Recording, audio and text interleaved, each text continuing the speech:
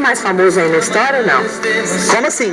É que estão ligando. Mas algum famoso que você conheceu, assim, teve uma assim. Como fala, diretor? Não sei falar isso. Não. Só o Rick. Só o Rick Martin. Conheci pessoalmente a Thalia, viajei pro México.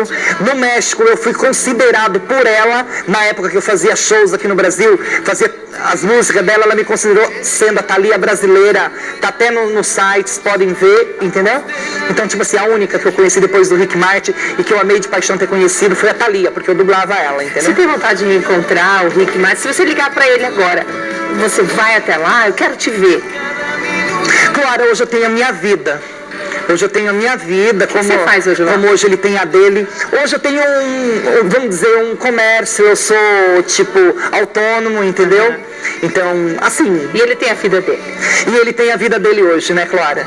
Hoje ele tem até o namorado dele, hoje ele tá namorando. Eu acho que ele se assumiu mais a homossexualidade dele por causa do namorado dele, do Eduardo, né?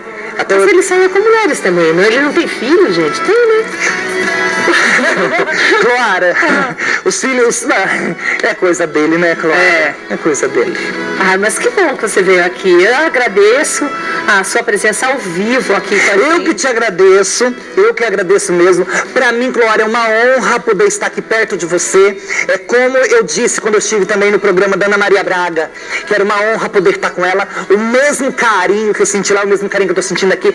Obrigado pela sua produção, a sua produção é maravilhosa. Muito obrigado mesmo, desde a hora que eu cheguei, eles me trataram super bem. Obrigado à sua produção também, ao diretor, enfim, a toda a sua equipe. Muito obrigado mesmo, de todo o meu coração. Nós que agradecemos. Agora, tá aqui, só. O diretor quer que você peça para o Rick Martin uma permissão da gente falar com ele.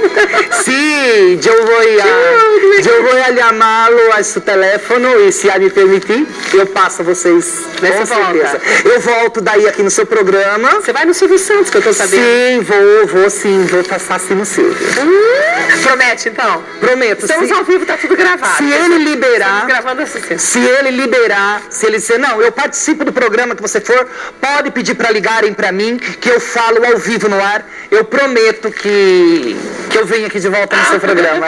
Que maravilha. Vamos pra cozinha, então, tomar um